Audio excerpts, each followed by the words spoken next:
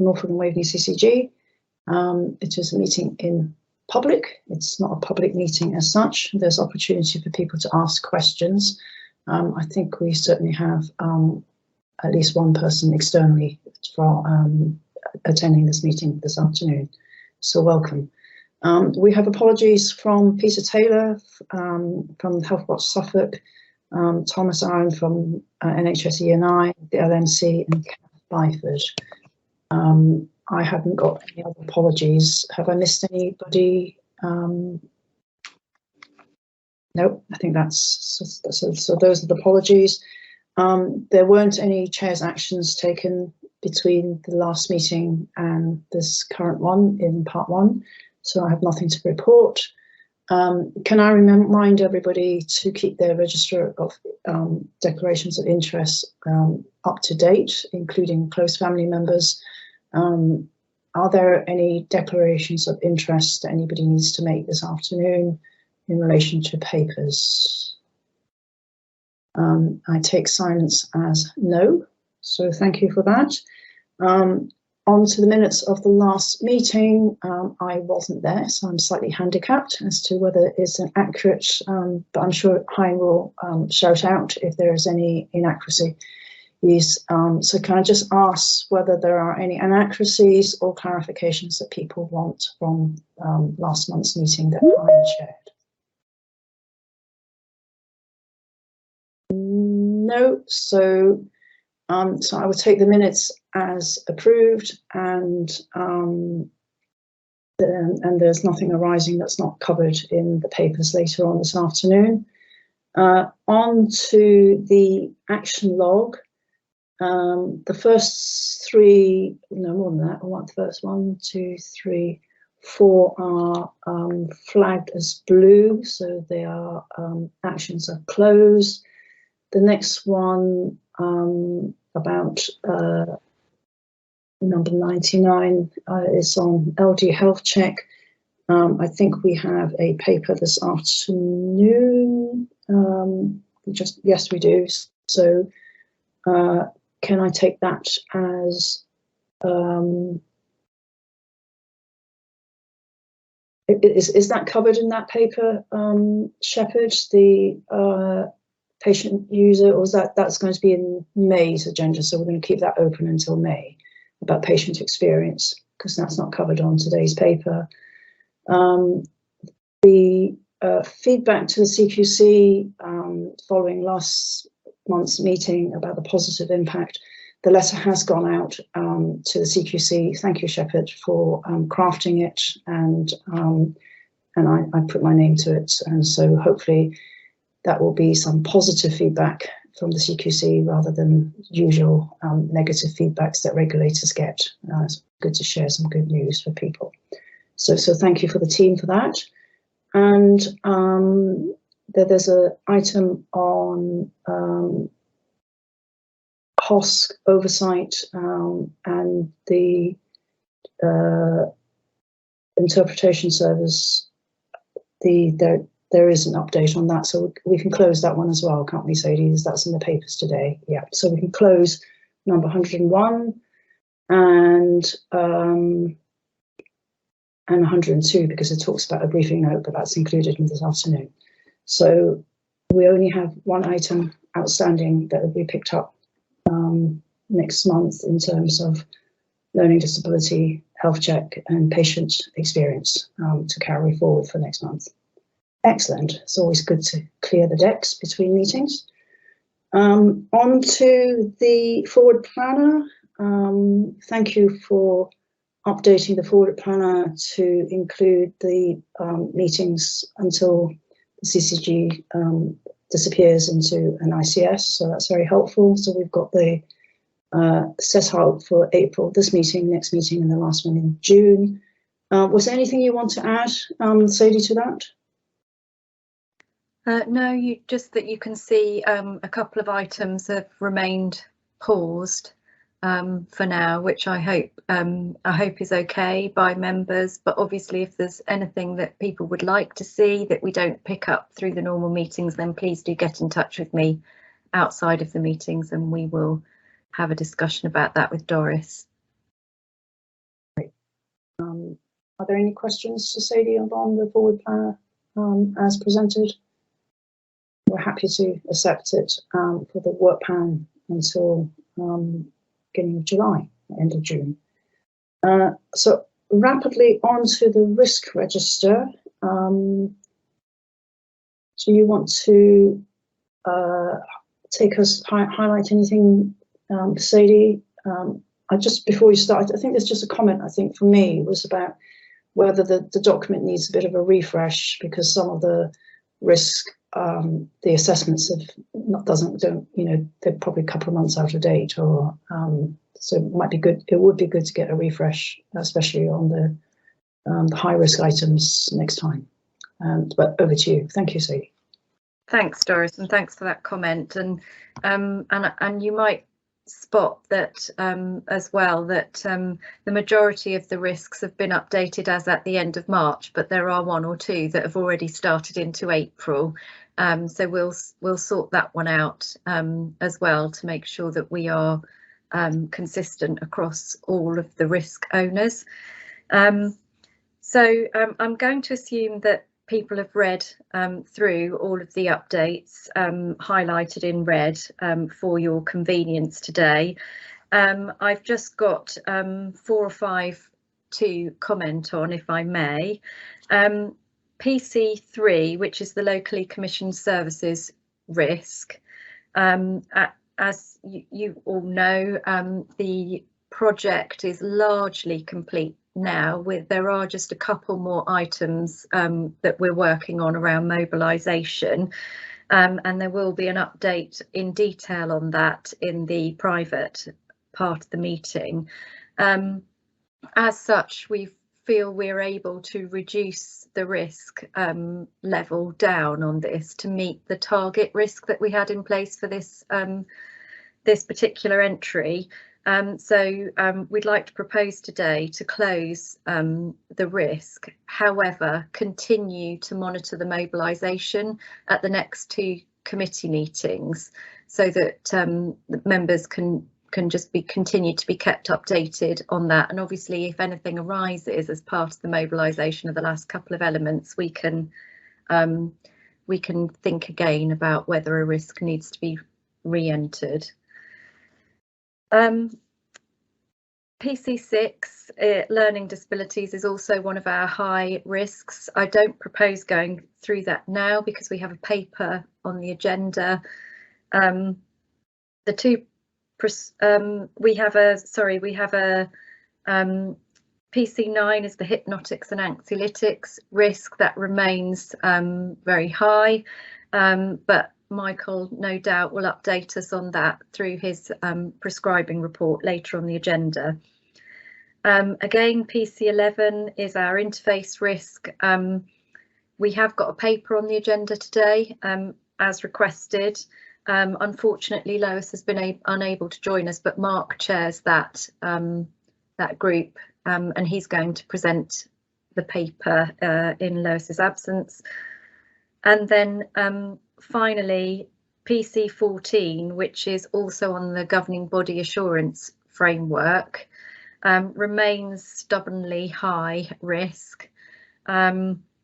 We have seen a number of changes at the end of March. For example, the Winter Access Fund has finished, and we're just completing the final claims for that now. We are proposing a change of date on that risk, which was due to come to an end at the end of March because of the ongoing impact of COVID, and we are seeing quite a significant impact on practices as a result of COVID-related sickness absence. So I think, you know, there is no change to the scoring, and we probably do need to keep quite a close eye on that over the coming months.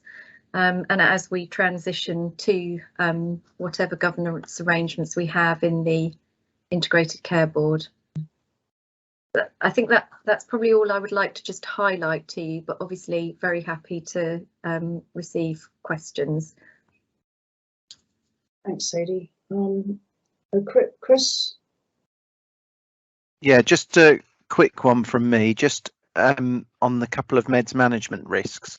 I just wonder if that can be enhanced so that some of the actions the more specific actions that Michael and his team are taking to work with the practices. Obviously, it says they get their data and they're looking at it, but I know that probably behind the scenes there's an awful lot of work Michael and his team are doing. So I just think that might help enhance the risk. I don't know what the view of others are on that.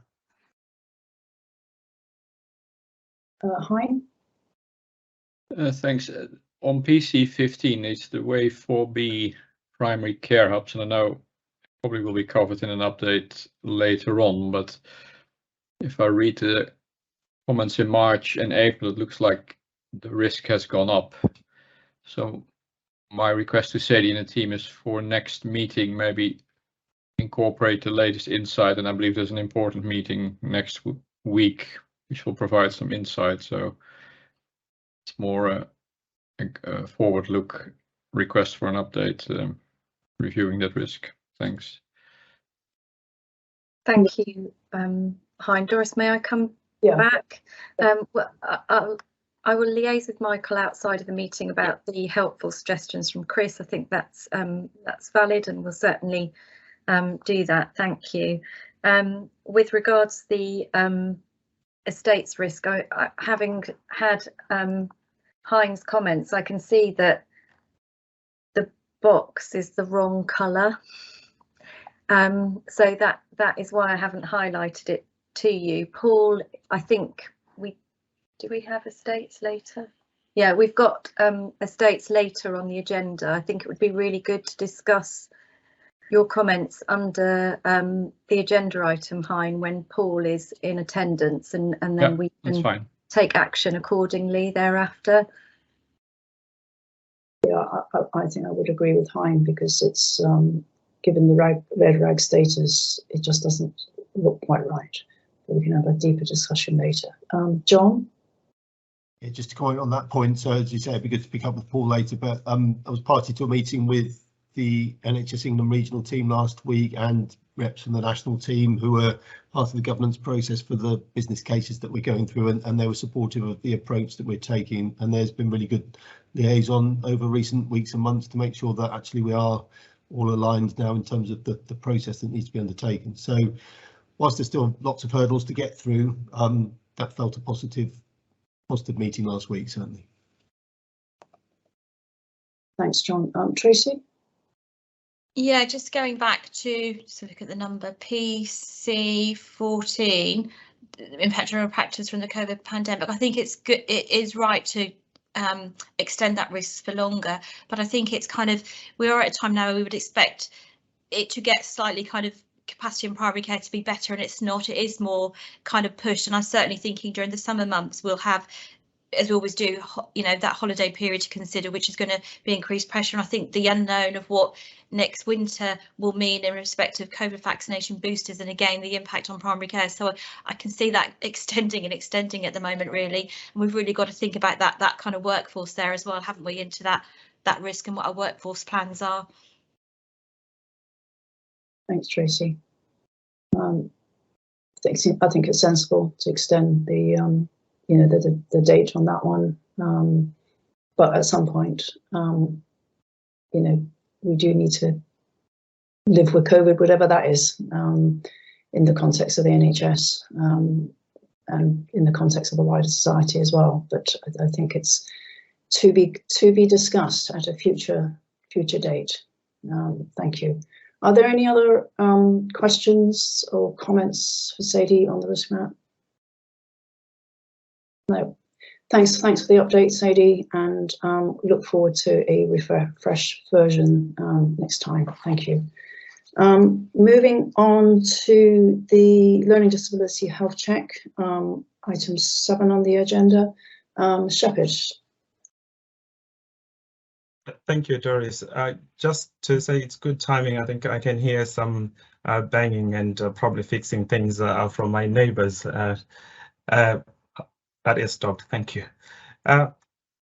This paper is for noting in terms of the progress of where we've come from and where we are now. I'm really pleased that we continue to make progress month on month. So I just want to highlight the progress since last month. So you would have noticed that we are now at 54% at the end of February period, which leaves us with the March period to anticipate our position for end of year. I think it's going to be a close call to the end of the year. I think we're looking at possibly just about there. We'll confirm the position next month once the data has gone through the validation process. And I think I would like to say we are now focusing on the following year. And with that, it gives me probably courage to say the risk that we have been working on in the last year, I don't think it will be the same the following year. So I'm expecting that the risk score for learning disabilities should change in Q1, but that will be confirmed once we know our final position. And the reasons for that, I think, as you can see in the current kind of focus section, clearly there are game changers in that. So we have dedicated resources across all our localities, and we are engaging with our practices quite actively. So this is going to change where we sit in terms of what we are doing for our population, as well as our position within the wider system in the east of England and across probably the country. I'm quite encouraged. We received a contact from NHSE interested in having conversations about the initiatives that we have started. So they're joining our delivery group next month to go through some of the initiatives with a view to share their own experiences from other systems, and for us also to share our experiences.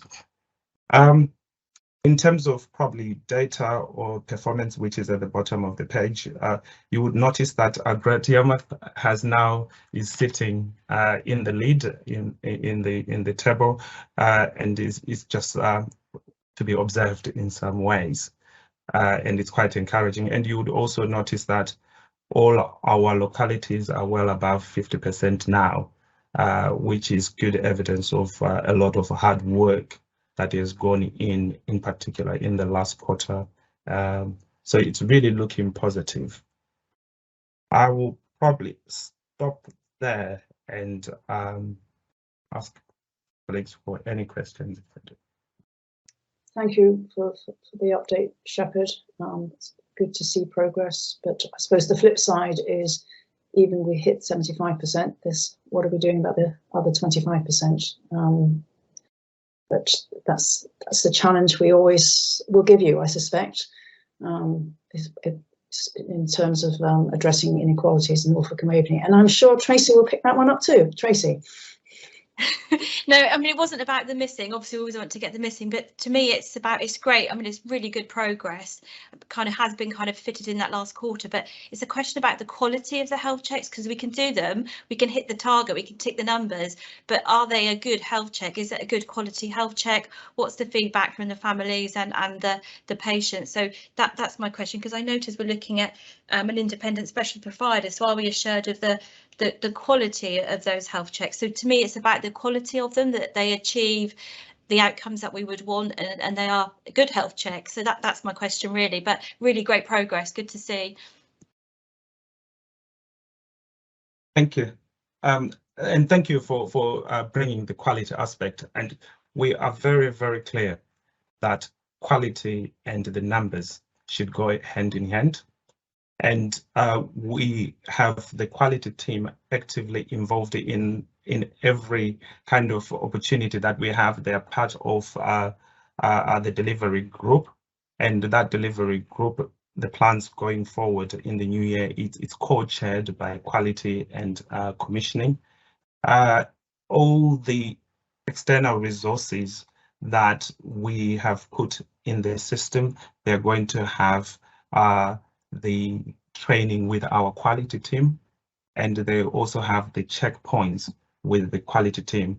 we've learned quite a lot from the work that we did in Norwich, and that needs to filter through into all we are doing to going forward. So I'm confident that our quality will improve as well as the numbers improving, because there's huge interest from everyone that what we do matters to the patient. And I think we will test it together at the next meeting, because that's where we are going to bring patient stories, because I'm really keen that we start talking about patients rather than numbers. I think the numbers seems to be going in the direction that we want, but I want to get a good feel of how families and people out there are experiencing this. And it's going to continue to improve month on month as well. So yes, so I take the challenge around quality. Thank you, Shepherd. Bill. Thank you, and thank you, Shepherd, for your update paper, which is very good to see the progress that's being made. In current position, you just make a comment. The board is asked to note the current pressures on primary care and the potential impacts on delivery. Is there, is that going to have a big impact on the year-end figures, do you think? I think the current position in broad sense, so the workforce issues and also where we were with the pandemic, we won't reach where we could have potentially reached if we didn't have those factors built in. But in terms of hitting the 75%, it's a close call. It's going to be tight. Yeah. Thanks very much. Hein. Thanks, Shepherd. Good update as always. My request, when you mentioned the new year starts, but could we somehow keep track that we ultimately get to the 100%? I've always found if we start counting afresh, we never know whether it's maybe always the 20% we don't reach because they're harder to reach. So is there something you could help in your or support in your reporting that we can see that actually those 100% are ultimately reached out to? And then another question, maybe you can include in your next month's report. I read somewhere in the pack that part of the health checks are done face-to-face, but some are done non-face-to-face. Could you share a rough statistic next time? How much is face-to-face? How much is non-face-to-face? Thanks. Absolutely, I take those points on board. And I would say we are working on 100% operationally and in terms of our registers. But I think just for assurance purposes, in terms of the national targets for this body, that's why I made reference to 75%. But that is not what the delivery group works on. It works more on 100%. And one of the priorities for next year is looking at DNAs, which is those people that have not turned up, and we've started some work in West to actually identify those and assign resources for that. We're really thinking quite hard around the prioritization and redistribution of how we do it in the new year. So there's quite a lot that I know when I'm giving in this update. Sometimes I feel like I'm not representing enough the hard work that is happening on the ground, but I'm sure I'll continue to improve and get that one to the members. Shepherd. John? Yeah, thank you. Just a quick point on numbers, I suppose, Shepherd, and echo what others have said in terms of the good progress. So just looking the last couple of months, I think in January we did about 600, in February we did about 670 by looking at the numbers, and I think the average we would need to do every month to deliver the target is about 570. So the last couple of months have been above that average. The concern we've always had going forward is that there's the big rush at the end of the year and then it drops right off, isn't it? And recognise what you've said about trying to make it sustain. So I think the reporting, it would just be useful to see those monthly numbers as well, so we can see if they're staying higher or if they're just kind of plummeting when we get into the new year. Just be useful to have that check as well, I think. Thank you.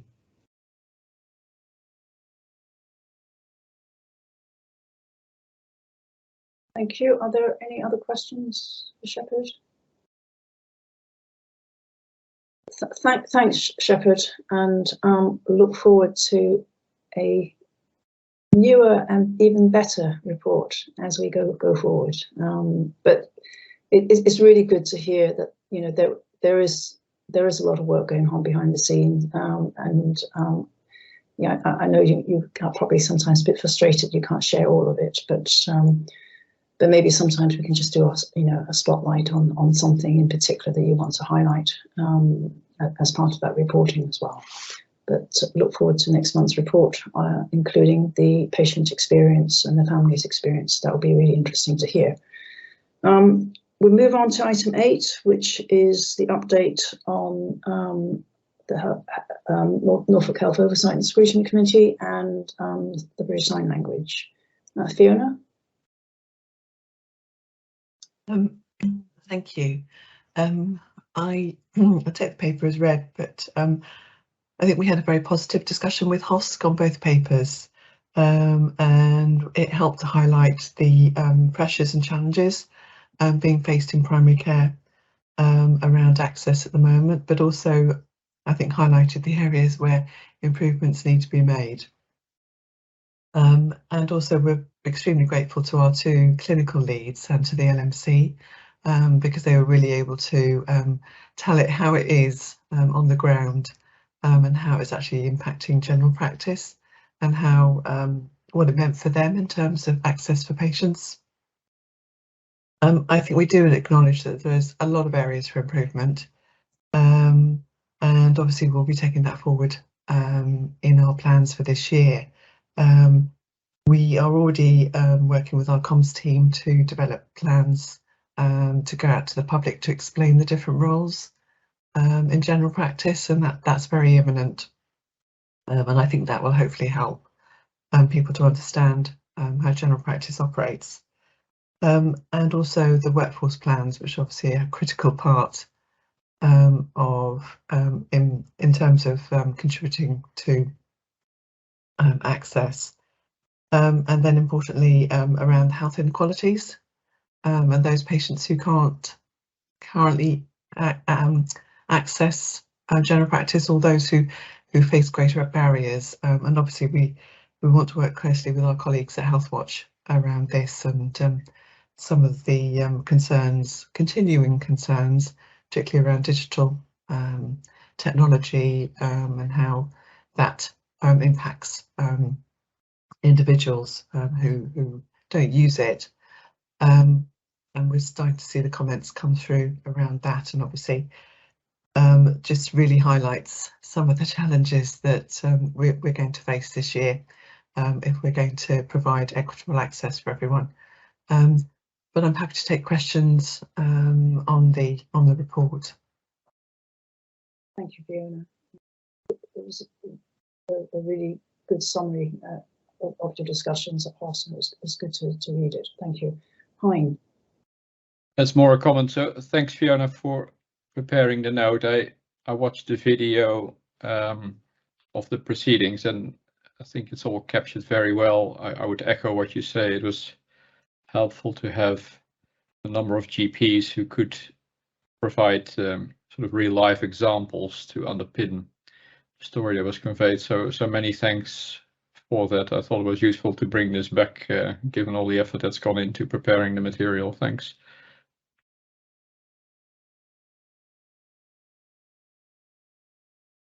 Are there any other questions or comments, Fiona? No. So thank you for preparing the summary. It was very helpful. So we will move on to the digital update. I'm a bit ahead of time. Sadie, do I need to move things around? Yes, please, if you don't mind, because we're waiting for Pete Ward to join us.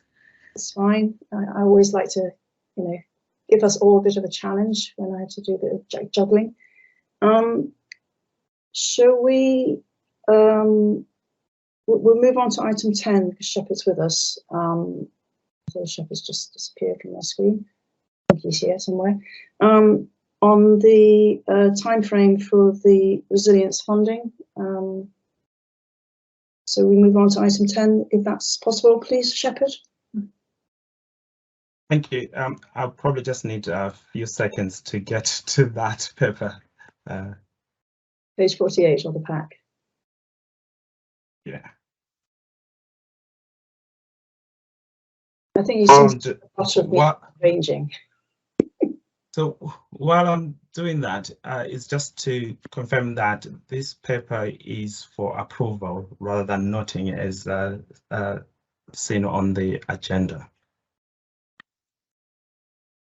Again, I should start by expressing I'm really excited and happy about where we are with our resilience process and last year's position. So as stated at the last meeting, we were successful in distributing the resilience funding to all the practices that were successful in that bid process. And now what we are looking for is to share with you the learning that we drew from last year's experience and set out our proposal for the coming year to strengthen the resilience work within our system in Norfolk and Waveney. So in terms of the lessons that we learned and the feedback that we've received. So last year, our process kicked off later in the year, and it coincided with the winter pressures, and that had its own complications. And probably there's something that we would need to observe and learn from that.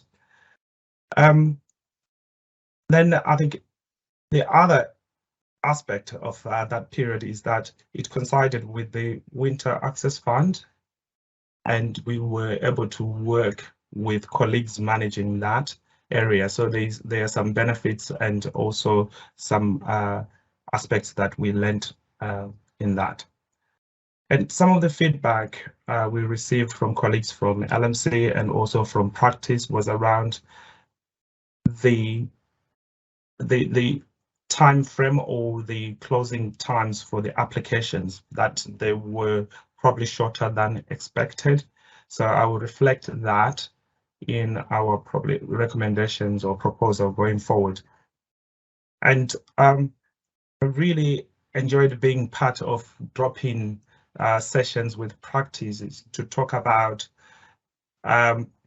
resilience within the system and the funding that we needed. So that's something that I will talk about again when we get into the proposal section, but it was really good to have that direct conversations to hear from practices.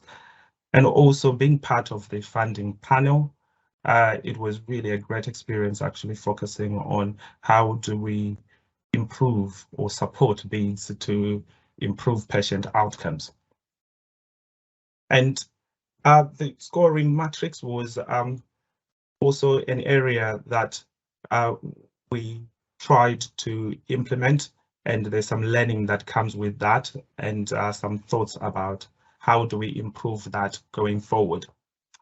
So those are some of the highlights from the lessons that we learned from there.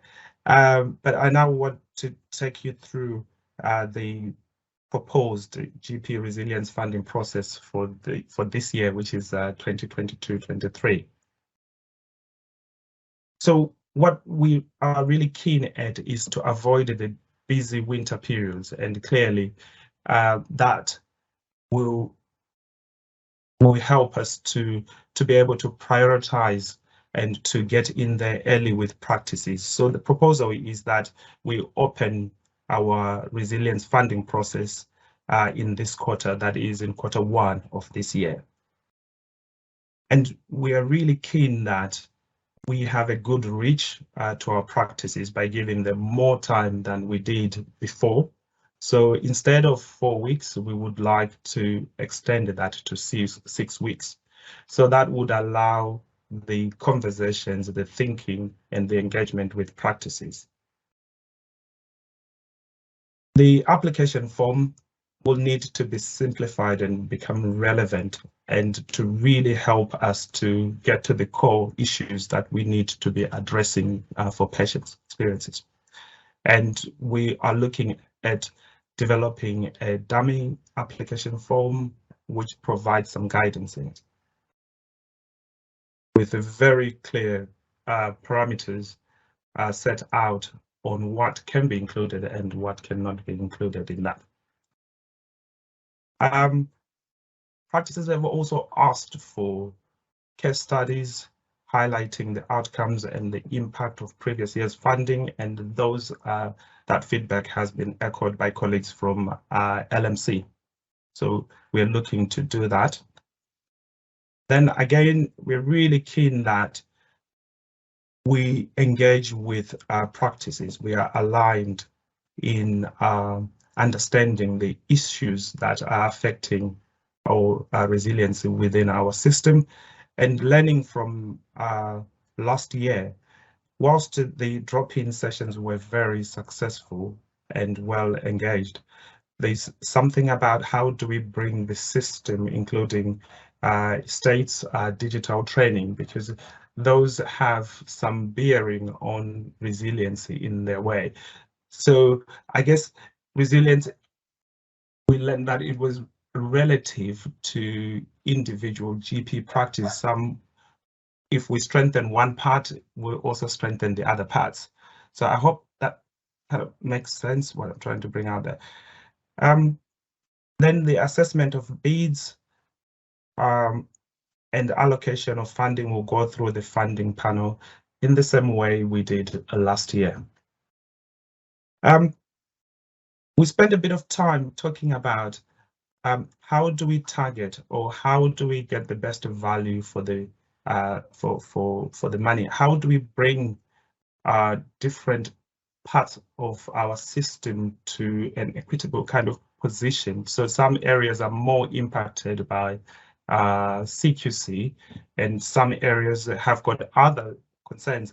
So we're looking to weight some of our allocation based on the soft kind of understanding, and based on the risk register, based on the CQC performance, and look at the COF achievement. So further work would need to be done with our colleagues to make sure that we are fair in doing that, because I'm sure there will be some challenges or questions from colleagues around that.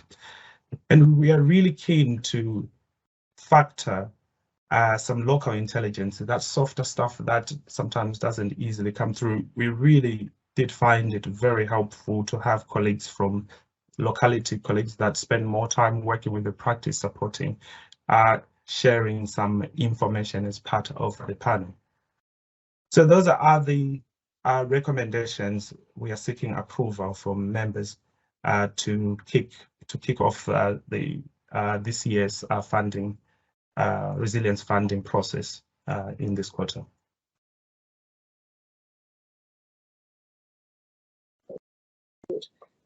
Thanks, Shepherd. Are there any questions for Shepherd on the paper? I had one question, was what happens if we're allocating all the funding at the first half of the year? What happens if the practice suddenly, in the second half, actually would benefit from resilience funding, but the money's gone? How can we continue to be flexible and fleet of foot, I suppose, to adapt to situations? And maybe there isn't an answer and they have to wait for the following year. But that was my question. That's a relevant question, and that's actually a real question in reality, that if that happens, what do we do? And I don't have an answer to you to that, but I am mindful I've got my senior colleagues in the... Sadie, did you want to come in? Yes, and I can see Mark's put his hand up as well. So for example, we may have a practice that finds itself with a poor CQC rating, I think what we would normally do, regardless of resilience funding, is to work with and support that practice with colleagues from the delegated team, the quality team, and the medicines optimisation team, which tends to be where a majority of the issues are highlighted, to support the practice to put an action plan in place. Very often practices have independently also engaged additional external support to help them, recognising that they are independent contractors, and it is within their interest to address any issues. But I think it is a really good question, and we probably need to have a think about that in the context of how we invite bids, because we do know from the summary that we looked at last time that we have a significant proportion of practices that haven't had a CQC inspection since 2015-2016, and we also know that we are working on but haven't yet implemented our practice visiting programme, which again will spot some of these issues hopefully at an earlier stage.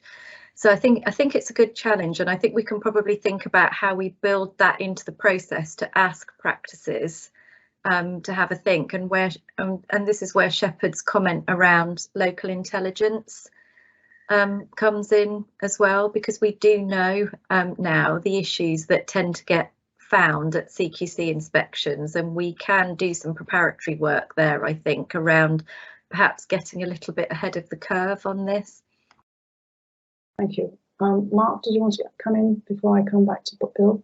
Thank you. Unsurprisingly, Sadie's covered an awful lot of what I was going to touch on, but just to build from there, I'd say we shouldn't underestimate how much time that takes of our teams when these circumstances do arise. It is quite labour intensive to support. Obviously, we want and need our practices to be resilient and successful, but where we have done that previously, it does take a lot of time of our teams. Just something else to add as well, talking about more generally resilience for primary care. Given the pressures that we're seeing in our urgent emergency care system at the moment, we mustn't forget that 80% of urgent care is dealt with by primary care. So, you know, relatively small changes and pressures building in primary care have quite a big impact on our overall urgent emergency care system. So one of the things that we're doing as a team at the moment is we have what they call the OPAL. It used to be kind of red, green and black alerts and things about, but now it's OPAL 1 to 4, 4 being the most extreme pressures in our system. But it's very difficult to judge what's the OPAL status of our primary care colleagues and primary care capacity, but we are doing some work now just trying to get that local knowledge, so we were able to explain and convey as a part of our urgent emergency care system some of those pressures we're seeing in primary care. So it's quite a live area for us in addition to what's been covered in the paper, but as both Shepherd and Sadie have said, you know, I think it's really important that we support but also present those pressures when we see them. Thanks, Mark. Bill? Thanks. Well, my first question was, is the pot ever spent out? And it sounds to me like it is from listening to the answers to the earlier questions. And I suppose that then comes, so if somebody puts in a bid that is acceptable, but is then turned down because the pot has been spent, is that a sensible use of the time of the practice, and what does that do to the people who are not successful? And also, is the extra waiting going to push out practices who are bidding and change their outcomes as a result? And in terms of obviously wanting practices to invest in improvement, do we have any built-in disincentives around the way that we're managing this?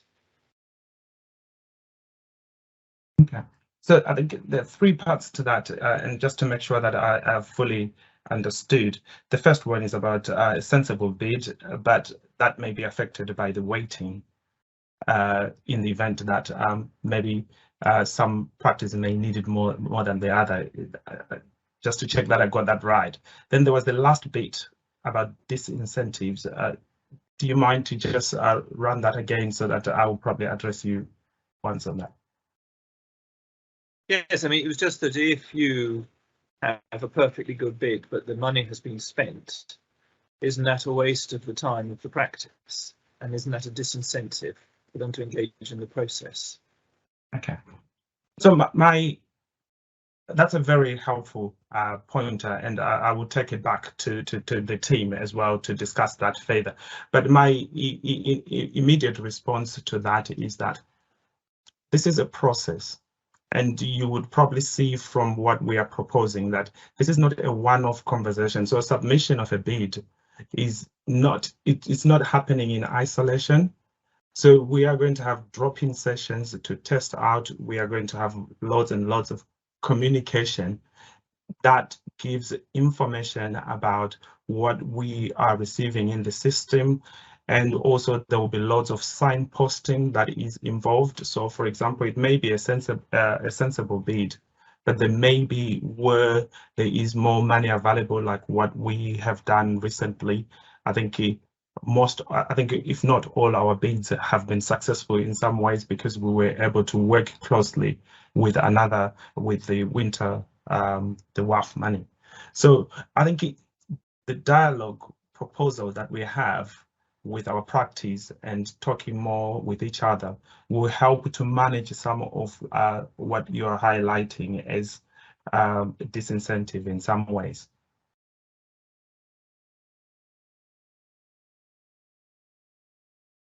Does that answer your question, Bill? Yeah, I mean, it does, and I can see it's a complicated area. I suppose my, I'm not looking at the money, but I'm just thinking that if there's a criteria for a practice to hit and they hit it, then their outcome would be hopefully successful for them when they get the money. Or either the criteria has to be more difficult, or even so only certain types of practice can bid in for the money, i.e. the ones that are going to get the weighting, so that you then don't waste the time of the ones that are not going to get the weighting.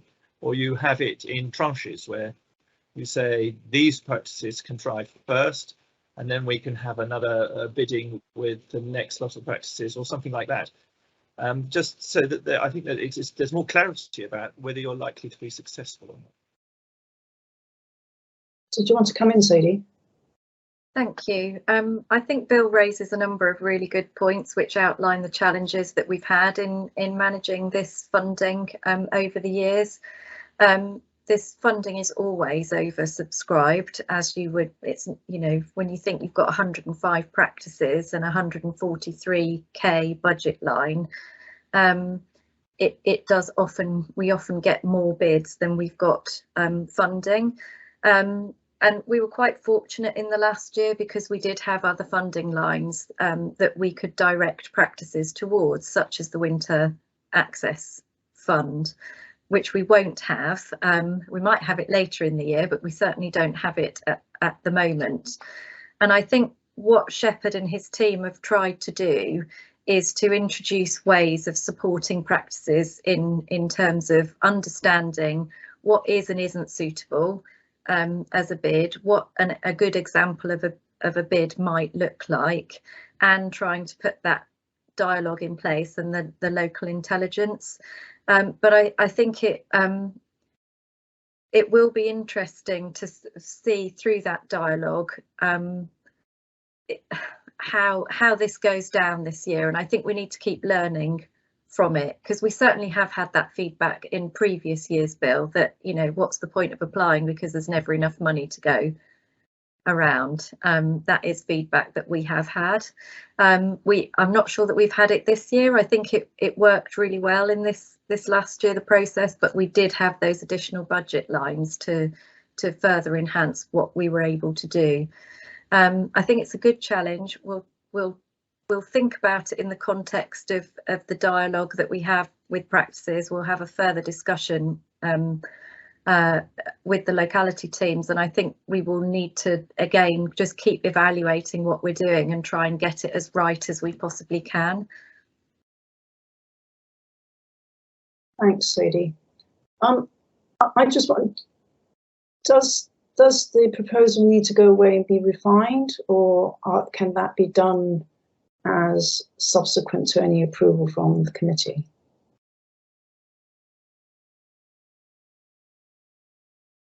Anybody want to take up the challenge of that one?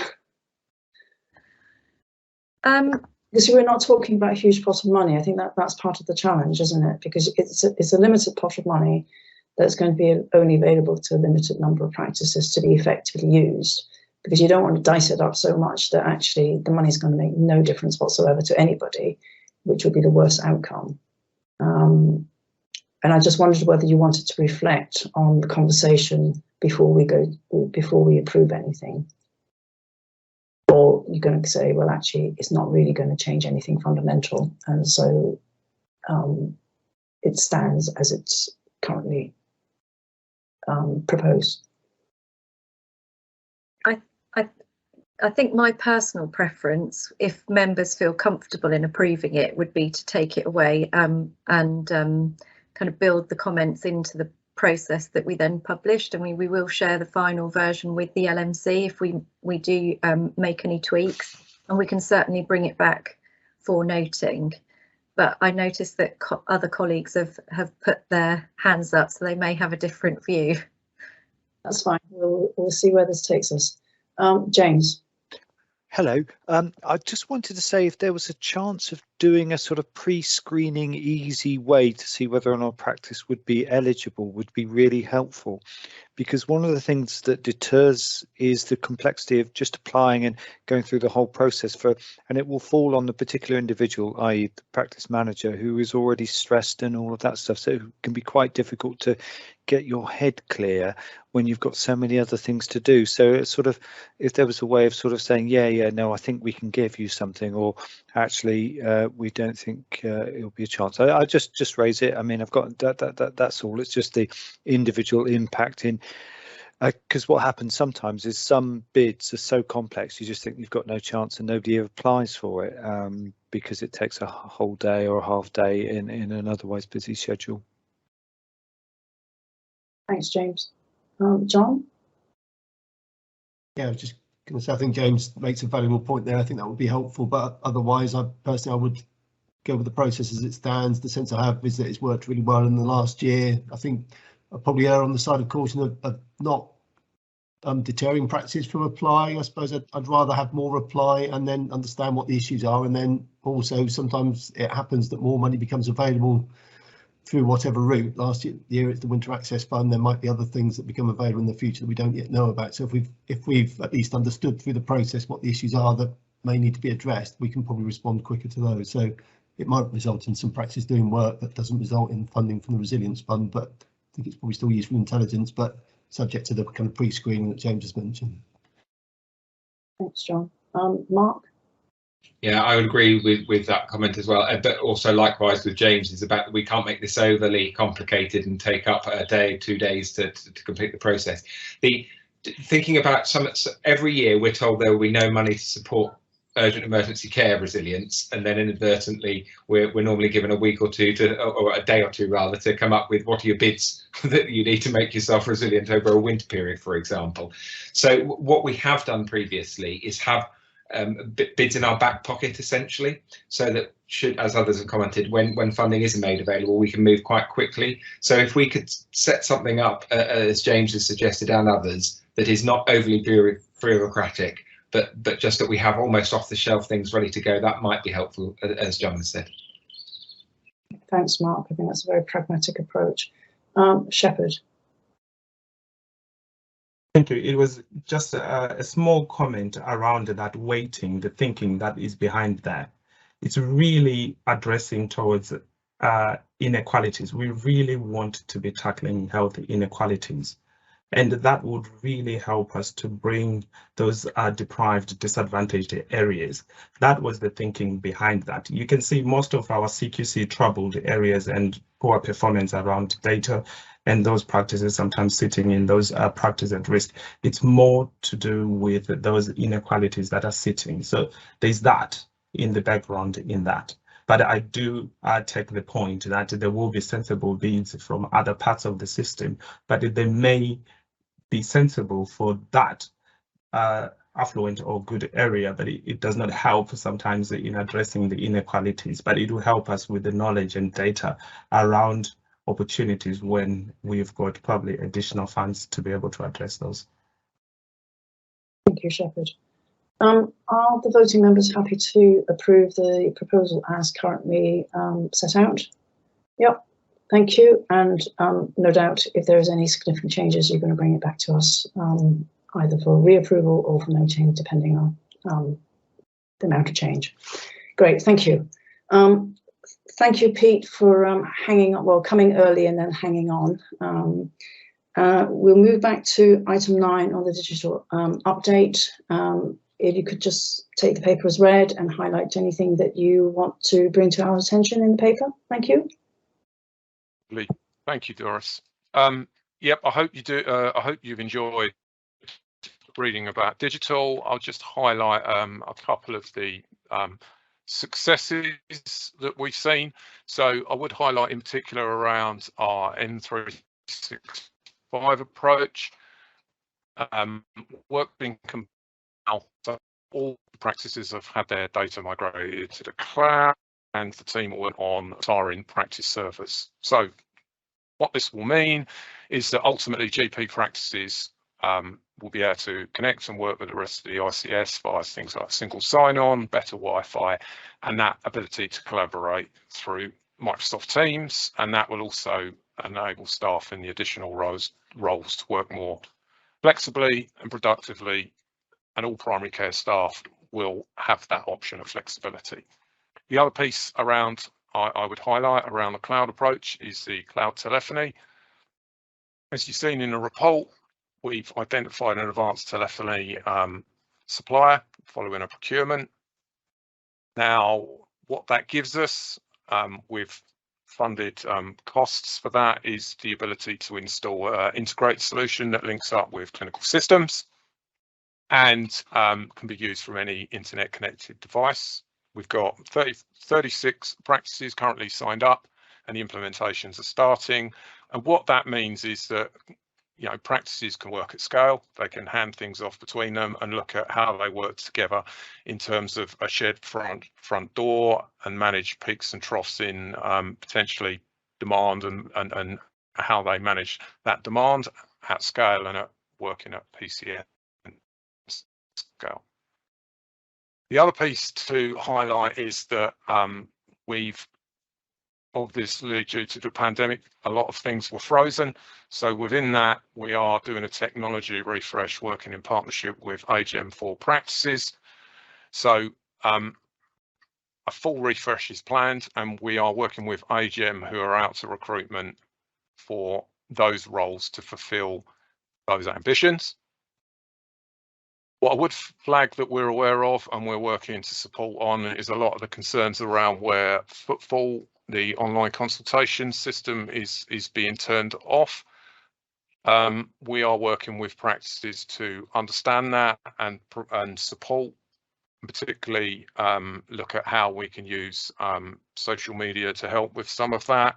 But that will be looking at providing to practices tools that help them in terms of supporting some of that demand management, and we will be engaging with practices on that very shortly.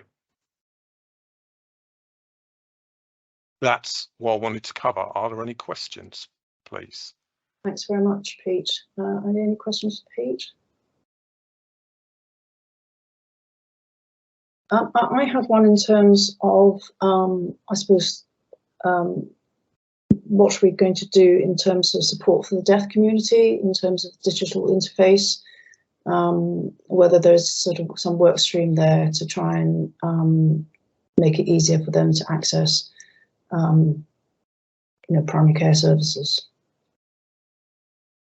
So within the report, hopefully there has been a particular project around in primary care for people with a hearing impairment. So we are working with, we have been working with Healthwatch Norfolk in terms of that particular project and are looking more widely in terms of post-evaluation, what we could push out as an offer beyond just what we've done in terms of those vibrating pages that were trialled. And that was also utilised during COVID from an infection control point of view to avoid overcrowded waiting rooms. But there are other sort of work streams within that to develop. So building from that evaluation, Doris, that's what we'll look at in terms of what could be some of those other options in terms of digitally enabling and helping the patient groups. Okay, thank you. Andrew? Yeah, thank you. I just thought it might be helpful to give you some feedback from Healthwatch on the public's comments on exactly this. Just to outline in general, first of all, we're now getting back to seeing more people face to face for interviews with Healthwatch. There has been, as I'm sure you know, there's a footfall link from footfall into Healthwatch, which means that a huge proportion of the comments that come in take advantage of that and are to do with primary care rather than secondary care and community and mental health and so on. So it does give a skew. And there's, sadly, of course, there's always a bias towards the negative on these type of things. And it's interesting, I think there's a wide spectrum sometimes about the same surgery, from highly positive to highly negative, and it's the same place.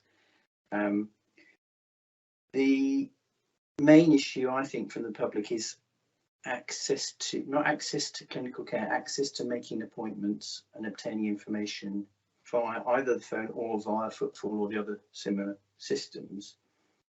So this is based on something like 300 odd comments, which I get to see them all, lucky me. There's good and bad, obviously, but the broad centre is that there's extremely long waits on the phone, and there's something wrong with the phone systems because people get very frustrated and they wait for 20 minutes or something to get an answer and then it cuts off. And I don't know what the technicality of that is, but that seems to happen frequently, and I've heard lots of comments to that, and I've heard that locally as well in my own local surgery. We have to contend with people's expectations, particularly I think older people, and this is just based on my, again, local conversations, but the expectation from a lot of older people is that phones will be answered within half a dozen rings, whereas what perhaps we consider success now is answering within 10 minutes or so. And I contrast that with I trying to phone my bank about something which took at least 45 minutes to get an answer. And then they told me it's the wrong number anyway, which is interesting. So what I do, I've picked out, if you don't mind, I'll just go through a couple of comments from some patients. So I've got 3, 2 negative, 1 positive, which is broadly the balance, but it gives you an illustration of what people are saying. So first one says, making an appointment online is impossible. Boxes to check in and out of, none of which allow you to make an appointment. Click on the box that says make an appointment and you still can't.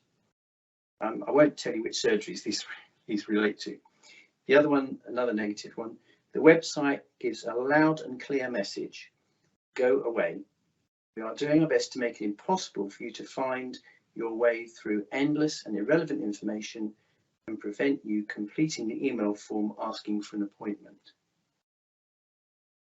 Positive one, extremely efficient, but extremely efficient, both face-to-face and phone calls when needed. It has allowed me to realise that I didn't need to see my doctor every time I had a concern, as it could be dealt with over the phone or via the triage system. And perhaps just a comment as well, just to say that from a doctor's point of view, phone calls are not easier or quicker. Phone calls leave you with more doubt as to things that you haven't picked up, and the fatigue aspect is to do with decision making. So it's decision overload, I would suggest, is part of it. And very finally, sorry to do this, but I did an appraisal with a DP yesterday. She gave me permission to quote her. Obviously, it's anonymous. Just so you all know, I'm sure you know this already, The post-COVID demand has been overwhelming, and we are in a constant battle to try and meet demand, much of which is unreasonable and certainly unsustainable, without drowning. It feels like firefighting a lot of the time. Everybody knows that, but I hope you don't mind me just quoting that because that's fresh in my mind from yesterday. Thanks. Thank you, Andrew. John? Yeah, thanks, Doris. Obviously, huge amount of work's been done on the digital agenda as we get a brief overview in the report. And I was just wondering, Pete, if there's any kind of feedback from practices who presumably are seeing some benefits from the number of elements of work that you've described in the report. So yes, some of that's been, I think some of the practicality that's come from N365 and that ability for how they can work and access data differently, because obviously before practices were all on single domains and couldn't necessarily work in the way that they did before. As they can now in terms of being able to share. I think we've also got good feedback, particularly around the cloud telephony piece, in terms of not only the value for money aspect of that, but some of that future functionality that will provide, and some of that needs to look at in a concerted way how we work with practices to help them around. And I know some of this is perception, but some of that demand management piece, and also thinking about what are those patient journeys before they hit the practice, and what can we try and do using digital tools to help sort of try and improve that.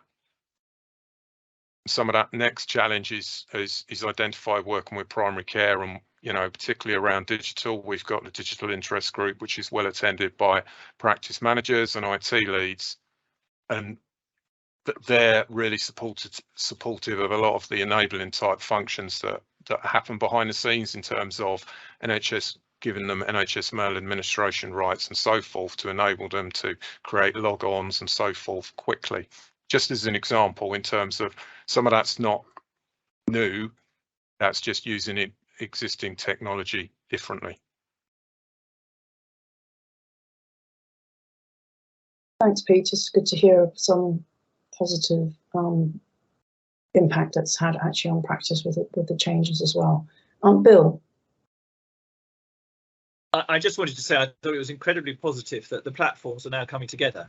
There will be a time in the not too distant future, hopefully, when everybody will be amazed that they ever managed before.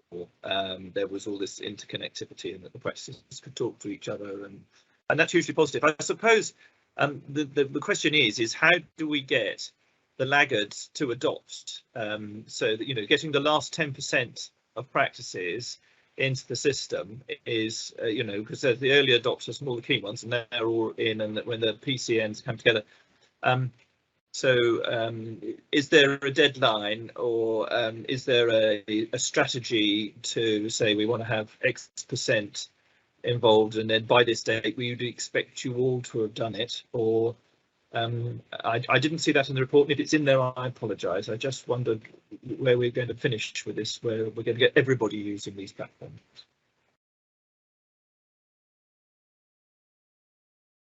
Sorry, Bill, did you mean directly around online consultation systems? Well, you were giving us percentages of the people so for example with the telephony and with the PCNs forming their groups where they were all signed on, and I think the figure was around 68% or something. I just wondered if there was an ambition within the CCG that everybody would be signed up. That would be an ambition. I think particularly around things like the telephony side, it's difficult to, that's an offer that's been developed, and we're not responsible for practice telephony. We're just trying to give an at-scale opportunity as much as possible to the practices. So that becomes more difficult in terms of beyond the positive cells of getting more people signed up onto that, because that then does give the ability as hopefully I articulated, the that option of shifting calls between practices across PCN, so you might be able to manage it in that way. So there's some of the benefits that you can sell. In terms of the cloud strategy, yes, that will be 100% in terms of that being in terms of that virtualization, as it were, of everything, rather than it being on premise, to enable a lot more collaboration and a lot more seamless sign-on and seamless working. That is 100% target. And regarding the PCN hub model, is there again, is it an aspiration, or is there a There's an ambition, yes, Bill, in terms of that will be our target to get to try and to have PCNs working at that scale with those hub modules, working in partnership with primary care colleagues in the CCG in terms of enabling that to happen. Okay, and I would just like to add, from the County Council's point of view, we are very keen that the care homes follow the digital roadmap, and that that they sign up, and that is certainly, and when looking at how we purchase care, I can see that would become something that in the future would be a sort of a mandatory criteria over time, that care homes who are using our framework would have to have adopted it. And I don't have a timetable around that, but I'm keen that again, it's an ambition that in order for them to be on the framework, that they have completed that. So I suppose it would be interesting. I'm hoping to get some feedback in the County Council for a timeline for that.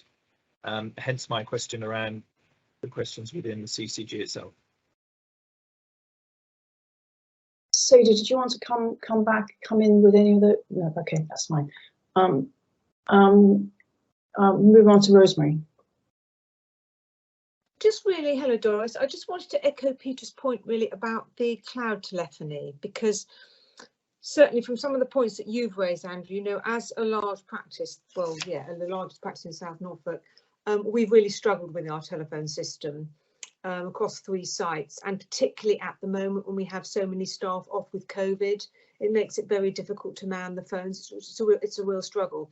So the cloud telephony system that the CCG have been instrumental in putting together, we're really feeling sort of very, very positive about, because we've been looking to move to another company, and actually having some sort of CCG support behind that is actually going to be really helpful, because you're absolutely right, Andrew. I mean, one of the biggest bugbears is for patients getting through on the phone. It is a real challenge, and as a patient myself, I know how frustrating it is.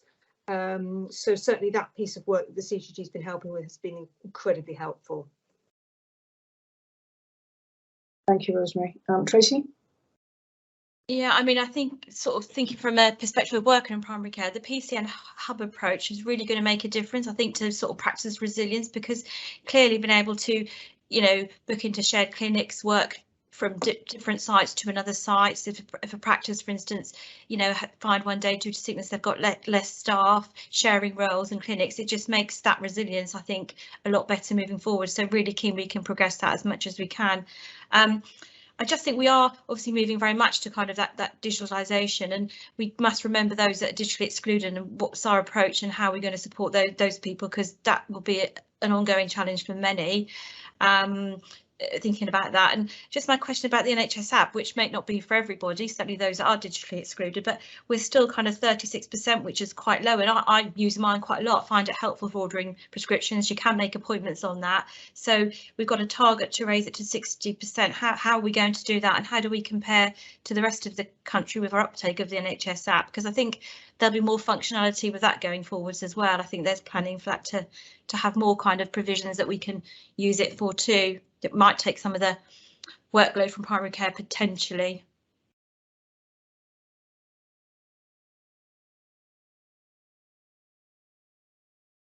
did you not come back in on that, Pete? Tracy, yes, that will be part of the plans aligned to national strategy. You are right, that will dovetail into part of that demand management and helping practices and PCNs with some of that demand management to look at not only obviously will it increase uptake, but what the payoff with uptake, which is some of those transactions that arguably are avoidable contact that you then have an impact on practice colleagues just to manage that contact could be done through pure digital means via self-service. Thank you. Sadie? Thank you, Doris. I just wanted to acknowledge some of the points that Andrew made, which also link with the previous item we discussed on access and the Health Overview and Scrutiny Committee report. I mean, obviously we've talked about the digital aspects on this item, but it links into a much broader issue of you know, the increasing demand on the urgent and emergency care system and workforce planning and workforce issues that we are working on. There clearly isn't a quick fix to any of this, but by trying to progress all of these different work streams, we are trying to improve the situation.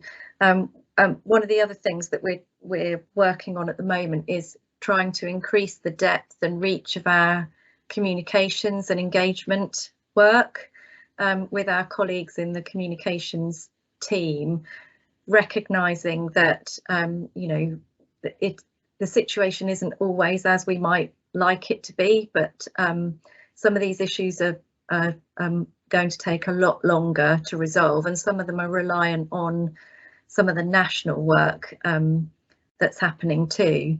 But I suppose the good news, if there is any in all of this, is that Norfolk and Waveney practices do continue to offer about 70% of appointments face-to-face, which remains about 9% this last month's figures, but it's usually around 10% above the national average.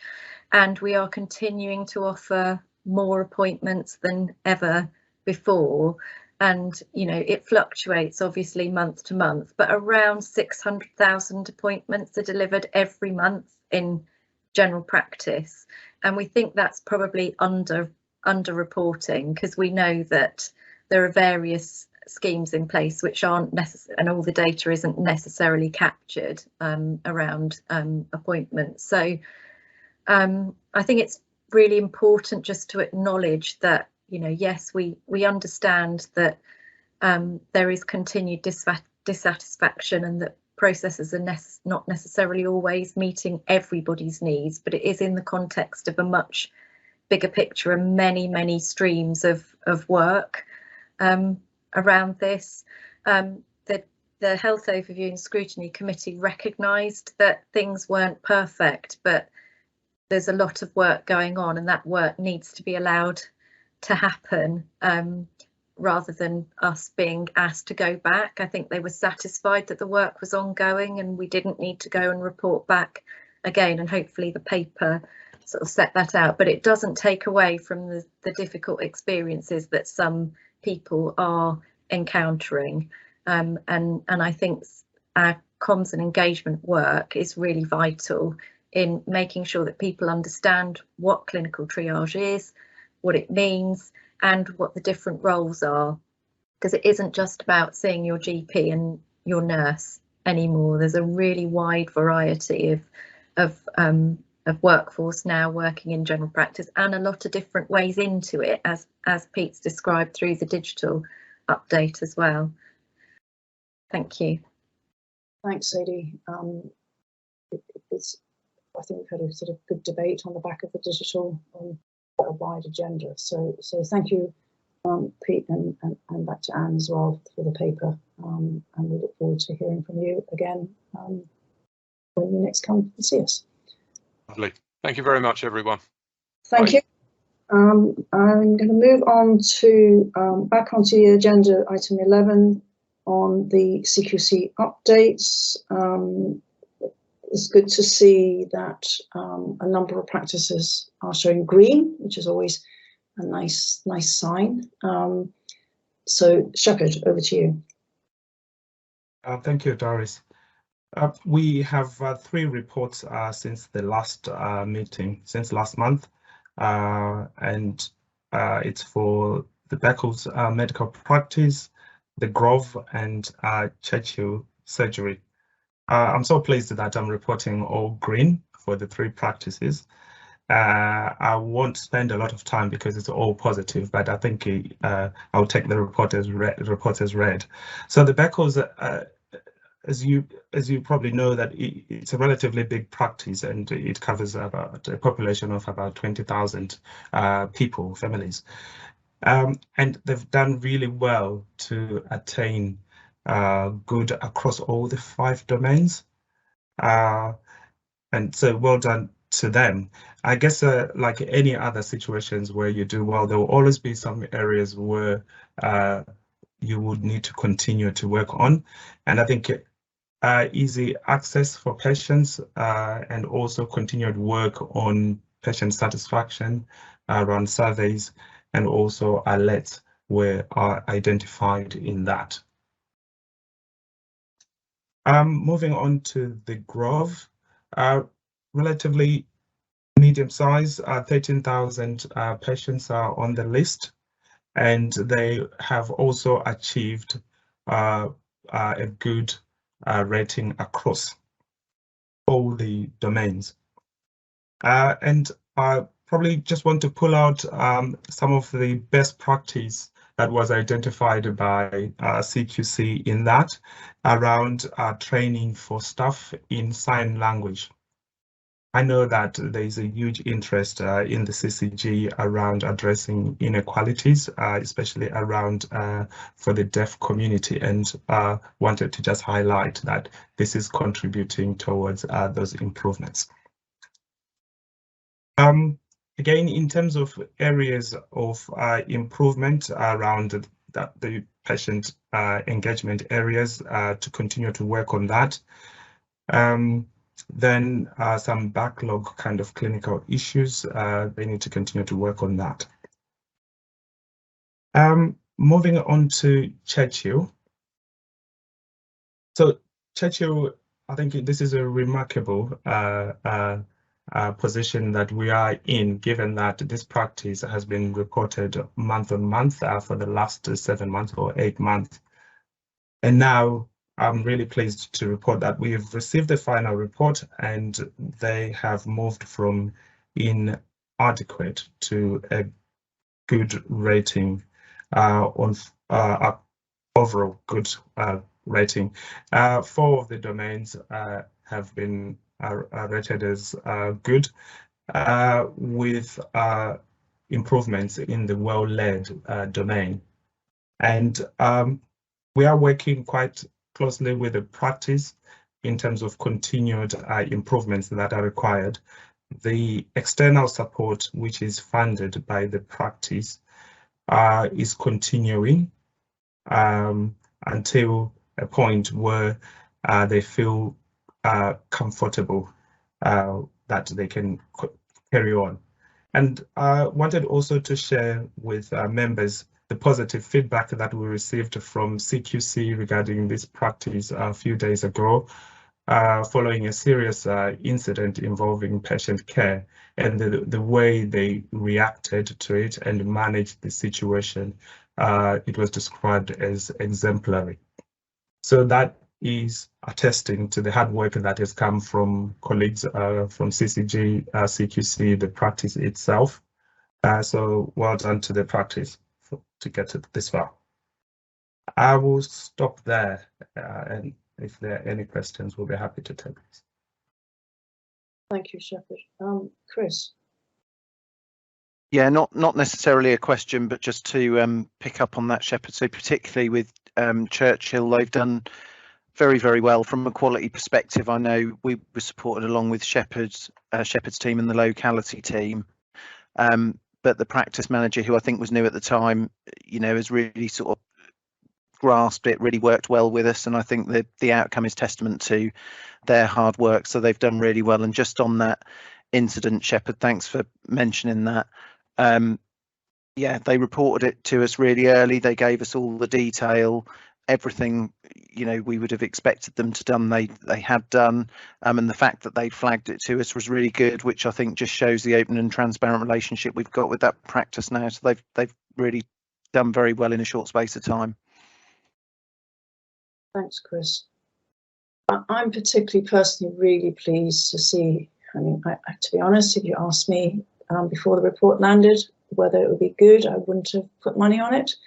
And it's just such a turnaround in such a short space of time. And I think the team needs to be congratulated, and also the practice needs to be congratulated. I suppose I just, you know, the sort of the more pessimistic side of me go, well, can this be sustained? And I suppose that's the, I think we need to encourage them to sustain the good practice for the benefit of their patients that they serve. So I would like to pass on, you know, if the committee is happy for us to pass on our good wishes and well done, especially to that practice, because they've really, really turned the corner from where they were a few months ago. And obviously the CCG team for all the support they put in as well. Are there any other comments, questions from anybody for Shepherd? So you set the expectation quite high. So next time we're going to be expecting all green again. No pressure. But it's really, really good to see. Thank you. We'll move on to item 12, onto the interface report. I think, Mark, are you going to take us through this one? Thank you, Doris, and I obviously won't do as good a job as Lois, but in her absence, I'll attempt to give you a brief synopsis. Obviously, I'll take the report as read, but actually really quite pleased around the spirit and nature of that meeting that's taking place. So we came here and Lois gave a brief update in October, which was very early days for the Interface Committee. So the positives are that we still have very good engagement, very good attendance across all providers. The LMC, Wendy from the LMC is a very active contributor, and it's great to have her there too. As the paper highlights, this was really an opportunity to really clarify the contractual roles across secondary and primary care, and try and tease out some of those interface issues that we were hearing about quite frequently. So I think the group have made some real progress.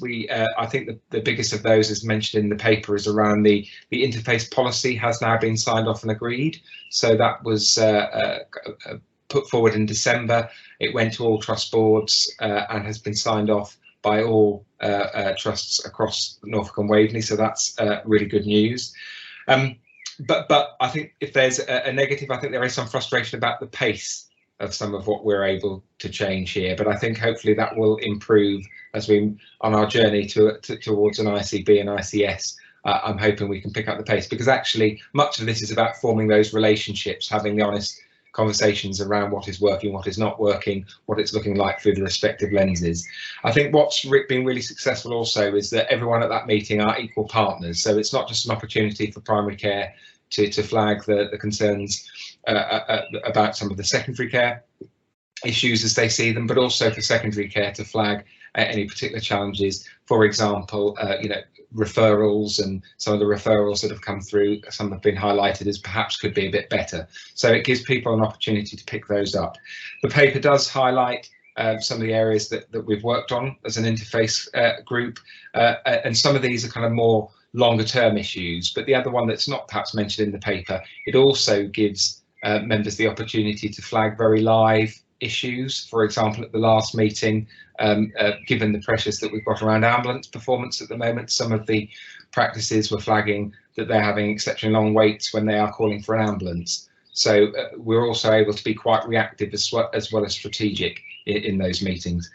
So it's here just for information for the committee, but I think making good progress. Still much to do in the future, but I'm pleased with how things are progressing. And if everyone's happy to take questions, but we'll come back with another report in July to update you on some of the progress that's being made, if that's okay. Thanks, Doris. Thanks, Mark.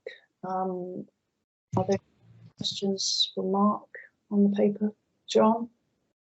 Just a quick question, Mark, recognising what you said, that this is about building and enhancing relationships between the different sectors. Does there tend to be good representation from the relevant sectors at the group, so that hasn't waned, I suppose, as the group's got going?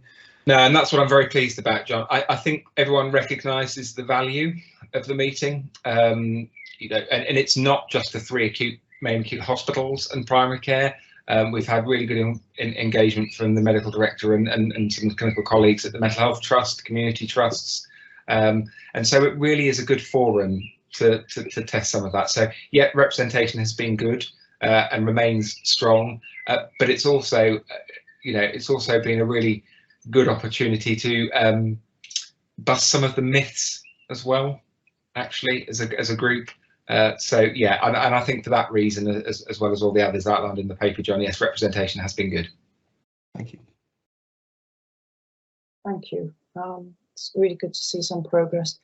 I suppose my worry is, you know, when you focus on contractual arrangements, the actual patient is forgotten. You know, the patient is lost between arguments, discussion, disagreement, whatever word you may wish to use, between organisations within the NHS that actually, frankly, as a patient, they don't really care because they want to be sorted out. And I think we can't lose that bigger picture in any conversations.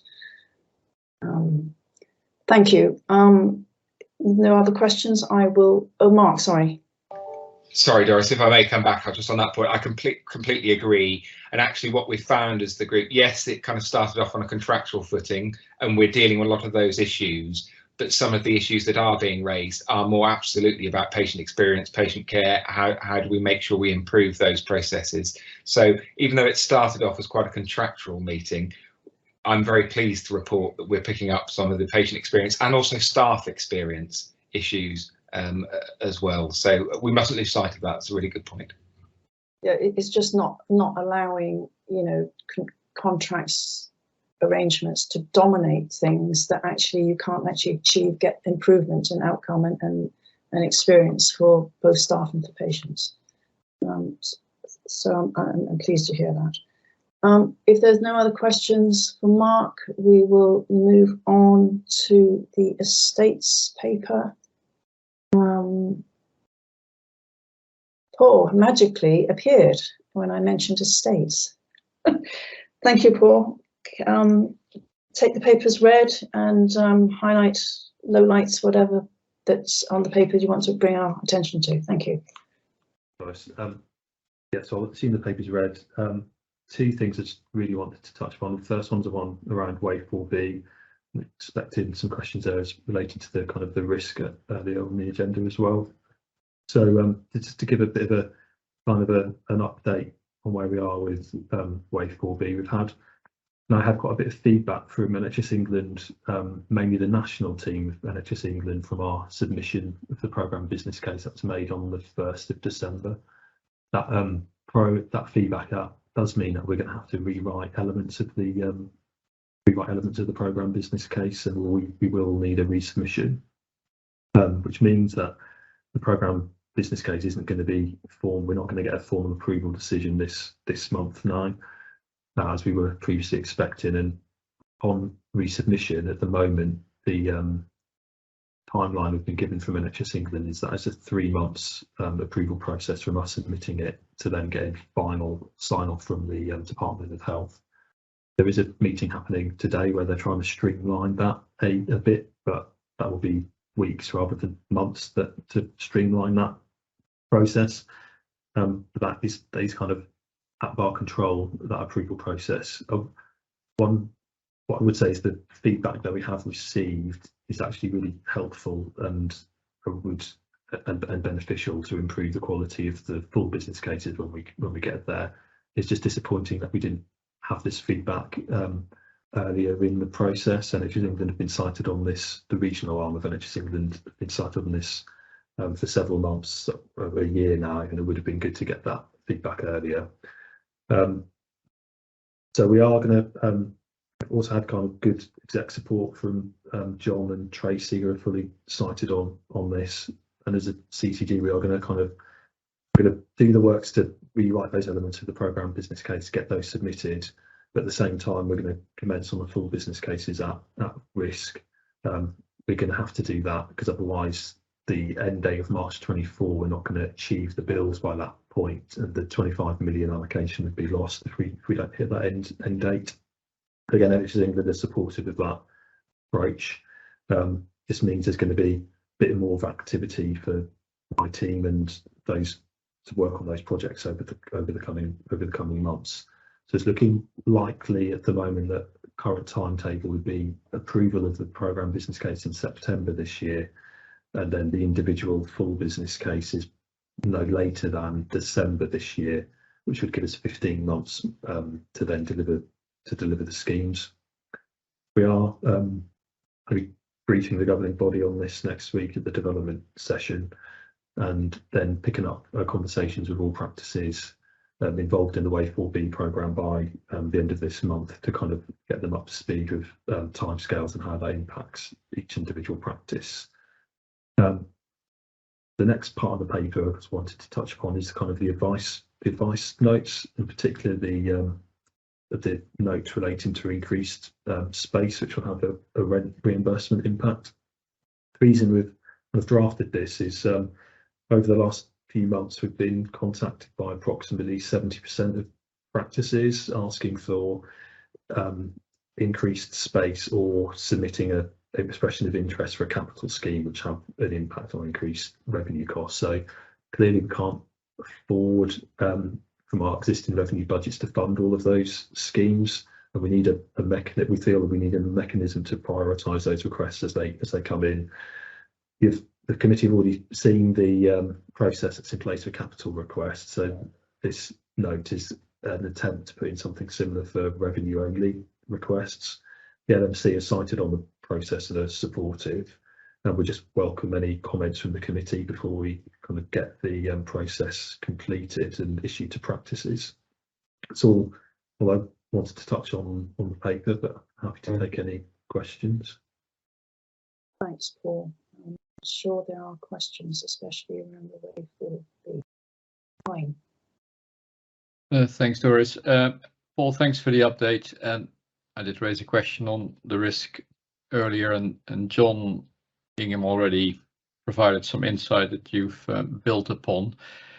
As it's coming to the governing body anyway, maybe you can provide some assurance by way of pre-read in achieving that March 24 date if the full business case gets approved in December, because lots of supply chains are heavily affected, and I don't think it will magically disappear anytime soon. So maybe you can include some comfort how that is being managed.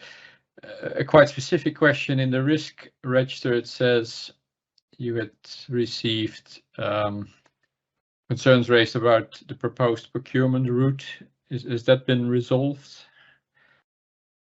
Yes, we had NHS England sought legal advice on our preferred procurement route, which contradicts the legal advice that we'd received independently. So as a CT, we decided we don't want to get into a legal dispute with NHS England, and we don't have the time to deliver the programme and resolve that. So we have explored alternative routes, and we have got a way forward. That will be included in the update to governing body next week. Okay, thanks, Paul. Bill. You're on mute, I think. Sorry, there's always one, isn't there? I do apologise. Just on the issue of the primary care hubs, this is not something I've personally been involved in, but has there been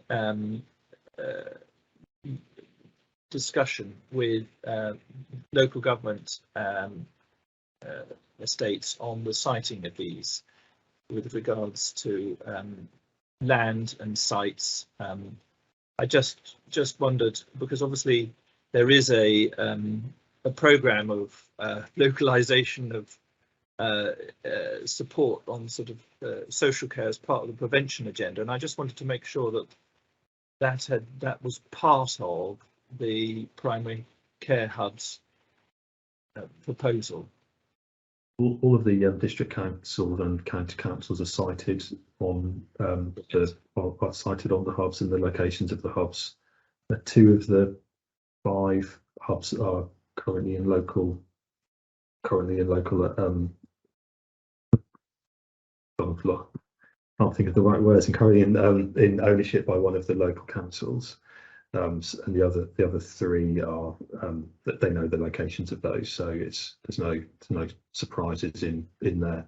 In terms of getting increased social care elements of services provided within those hubs, that we've kind of missed the boat to expand on those as much as we perhaps would have wanted to in terms of the March 24 deadline. But all organisations were given an opportunity to kind of put in an expression of interest in terms of would like a presence in these buildings. Okay, well, thanks very much. That's really helpful to know. Are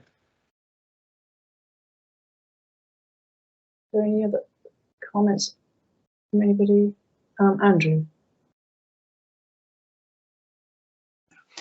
Yeah, Paul, can I just ask you, planning, at what level, or if at all in the CCG, do you interact with district councils as our planning authorities, so that when new housing is at the planning stage, do we have input to equate the health facilities with that? And then that, and also, for example, when there's a large change, like a large new care home being built in an area, and also whether that ties in with Section 106 money, which is the money that comes from developers to then use for potential practice building. I've never been clear, because this is a frequent question from the public, and I never know the answer. Where in the system do we integrate that? And usually nobody quite knows. Perhaps we do have this has been a problem. I think it's been recognised a problem for the CCG for a period of time, and to address that, we do have a new team in post now. So the ICS Estates team, this forms part of their responsibilities. So there's a dedicated planning post within that team. They respond to all planning applications that we receive. We do receive a large number of planning applications for comment, and the role of that team is to kind of they'll provide one response for the basis of health. So they'll look at it from a primary care perspective and from an NHS Trust perspective. So from a primary care perspective, they'll come to me and my team, and depending upon the size of the application or where that application is, we may need to speak to the practice, the nearest practice to that site. But a lot of the time we don't need to, and we can do that without dialogue with practice. But in other instances, we will need dialogue. So the idea being that the planning authority then gets one view of all health needs, which will then there's a pound amount normally attached to that asking for a Section 106 contribution.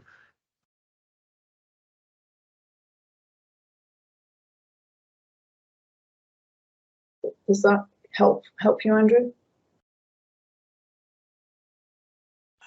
Yeah, thank you. I didn't realise there was a specific team now that's been established. That would be great to find out where that is. Thank you. They have only been in post a couple of months, so they are quite new. Thanks. Thank you. On the paper where you're talking about actual space requirements, especially with the additional roles that have been implemented, I assume that the estimate of space is actually an underestimate, because it doesn't take account of some of those role requirements. So is there, on a long-term basis, there's going to be more pressure on the ICS going forward in terms of both capital and revenue funding? Yeah, so the tables presented in the paper showing kind of our estimates of over and under GMS services only, and don't include the R's roles. So there would be an additional pressure on those. It's hard to calculate the size of that. Different PCNs have taken slightly different approaches to how house and what space they need for those roles. That's something that we do need to explore further. The consistent message we're getting from NHS England at the moment is should be maximising all kind of existing utilisation, which makes sense, and we're doing that.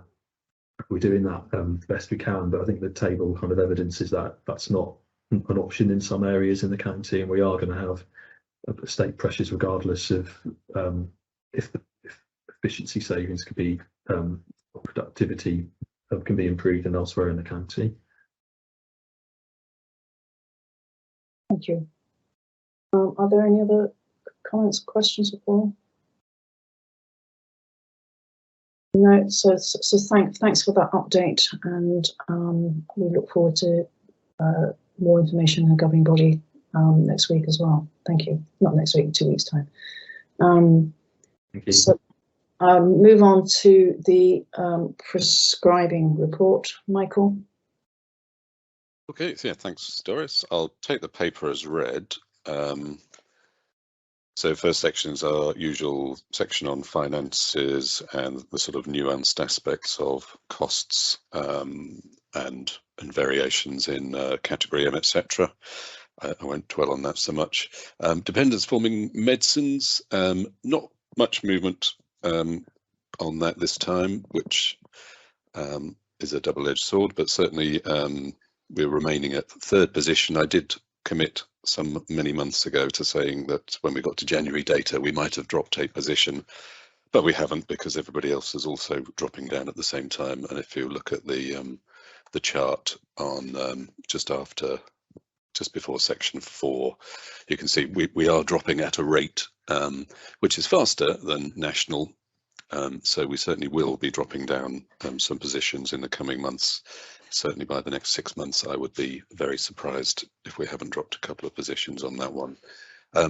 As Chris has asked for a bit more detail, perhaps on some of the actions that we're taking, I'll put in the next report and put in the risk report as well. We're working quite closely with UEA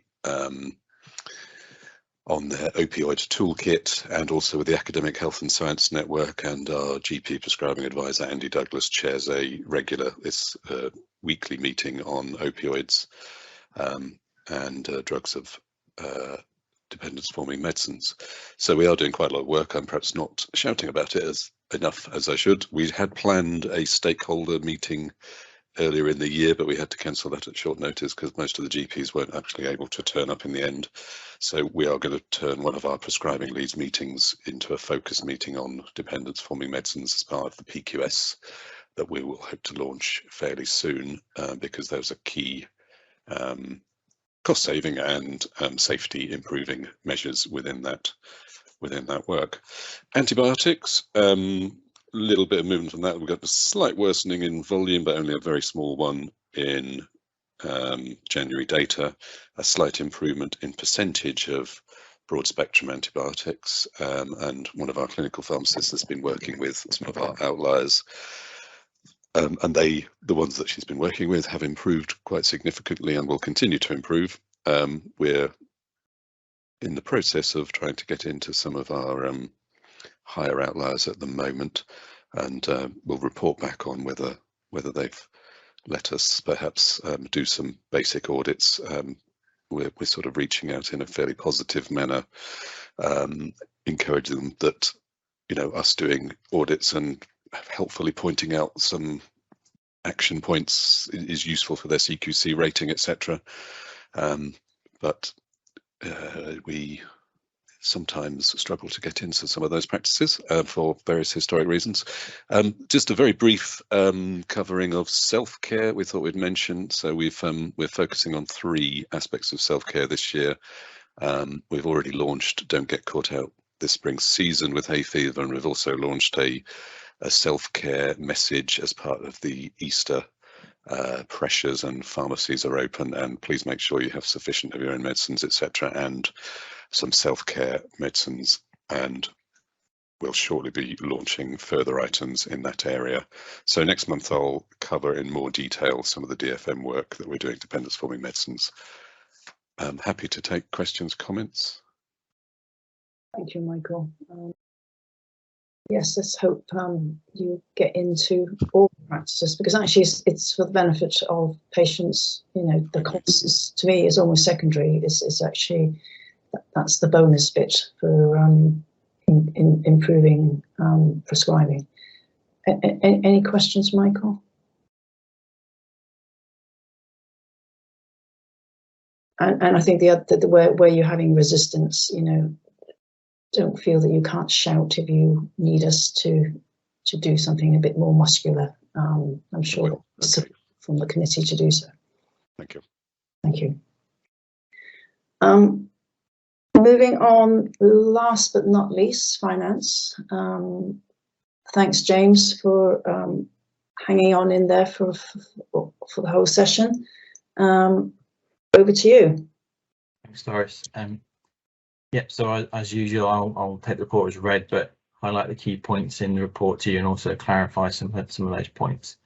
The executive summary you can see is at month 11. The total year-to-date primary care and prescribing budgets are 1.2 million adverse to budget. The full year forecast adverse variance to budget is 3.2 million. However, this does include 1.3 million of additional winter access funding and 1.7 million of additional ARRS funding to be received. With this factored in, the forecast is now it will be 0.3 million adverse to plan. Moving on to the financial summary, this shows that GP prescribing deteriorated by 2.3 million from month 10 to month 11. With the figures being 2 months in arrears, this is an undervaluation of the December estimate. In addition, efficiency savings have not materialised in this period, putting pressure on the forecast with efficiency expectations already baked into our budgets. The prescribing efficiency forecast has been revised down in the month 11 position in order that the current achievement can be reflected. This reduces from 2.5 million for the half two original efficiency requirement to 1.1 million. The 2.3 million movement also includes a reduction in recharge and rebate income and the existing cost pressures previously reported around CSU in-housing and dressings. Delegated primary care has increased considerably due to additional role reimbursement costs of 1.7 million, but as stated, this comes with additional funding. Moving on to the detailed finance analysis, this shows the key drivers behind the prescribing area spend of 4.5 million against budget and some of the areas attempting to mitigate this. Then moving into the specific funding areas, so the System Development Fund, this key area of investment is still showing predominantly on plan with a few small favourable variances to budget. Then into delegated co-commissioning, the same favourable variances are showing here in terms of the Norwich APMS contract. Favourable rent revaluations offset by the existing pressure of QOF of the indicators passed from to the CCG from NHS England at the beginning of the year. There is also a significant prior year accrual release within delegated. In addition, there's £3 million worth of WAF and ARS costs which are predicted to be spent with no current budget. However, as stressed before, the retrospective allocation is to be received from NHS England to offset and that has been received in the month 12 position. The additional WAF and ARS income is forecast to be fully spent in the month 12 position. Moving on to GP and other prescribing, the total variance of 4.5 million includes a prior year release of 1.78. So the underlying variance within this prior year benefit is excluded to give 6.28 million underlying variance. This is being driven by the growing diet pressures, COVID-related prescribing, and lower than expected efficiency achievement, with additional pressures from dressings and oxygen. That was all my key points. If anybody has any questions. Thanks, James. Are there any questions for James? John. Question for Michael, actually. So the comment there in terms of prescribing, obviously one of the elements that makes up that variance is the slippages we've had, the inability to be able to progress the efficiency savings for very good reasons during the pandemic, etc. Just looking ahead, Michael, in terms of starting a new financial year, we're now 12 days into 22-23, do you feel that that's changed sufficiently that we're able to have a good focus on efficiency and productivity going forwards?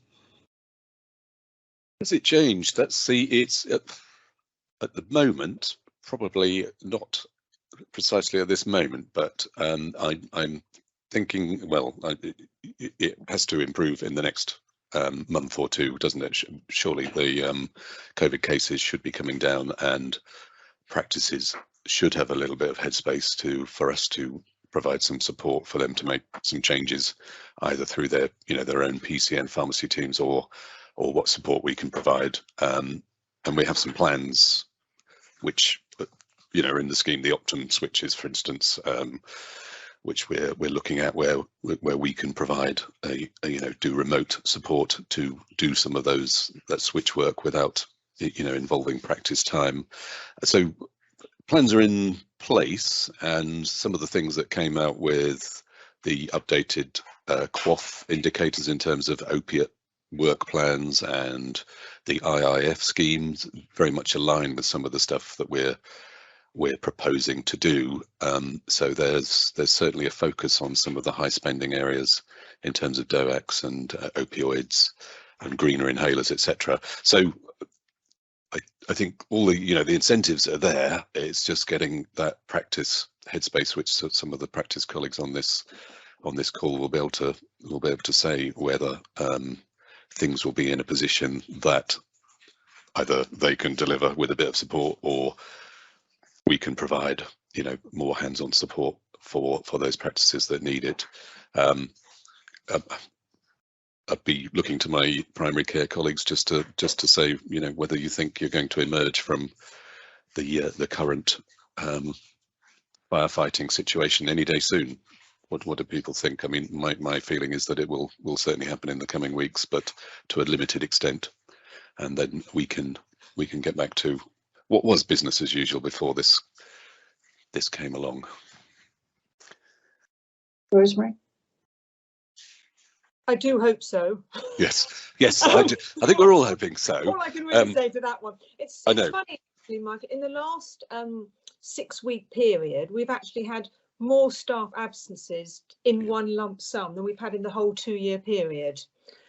Staff off with COVID, not extremely poorly, but still off. So in actual fact, from an actual operational viewpoint, it's actually been worse, I think, probably the last 6 weeks, because obviously we're coping with increased demand at the same time. Whereas before, during, when we had staff off, we were either in periods of lockdown, and I said the demand was not there. But, we're now moving forward. We're certainly planning for things, business as usual, as much as picking up with all the work that we had previously put on hold. So we're very much looking as primary care to get back to what we were doing up to 2 years ago. So hopefully. Well, so are we. Certainly, I think that is perhaps the answer to John. That we are all hoping that it's going to improve significantly, but it may not be any day soon. I've got very wary of predicting anything just at the moment. So I'm not. Fingers crossed. We're doing all we can. Thank you, Rosemary. Maybe somebody knows a magic Easter bunny who brings, fantastic chocolate eggs that will solve our problems. But I think that's wishful thinking on my part. So thank you. If there's no other questions, are there any questions from the public that's come in, Sarah, whilst we've been gathering? Oh, Bill.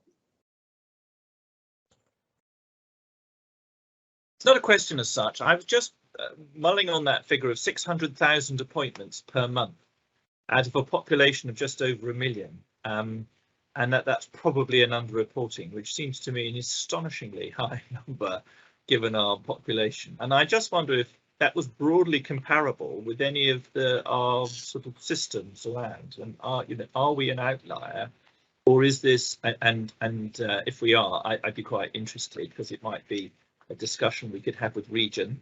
But if we're not, then we don't need to bring it up at Region. But I just wondered if there was any sort of comparison, the levels of demand, because it's not a figure I'd heard before. It was mentioned today. Sadie, did you want to come in?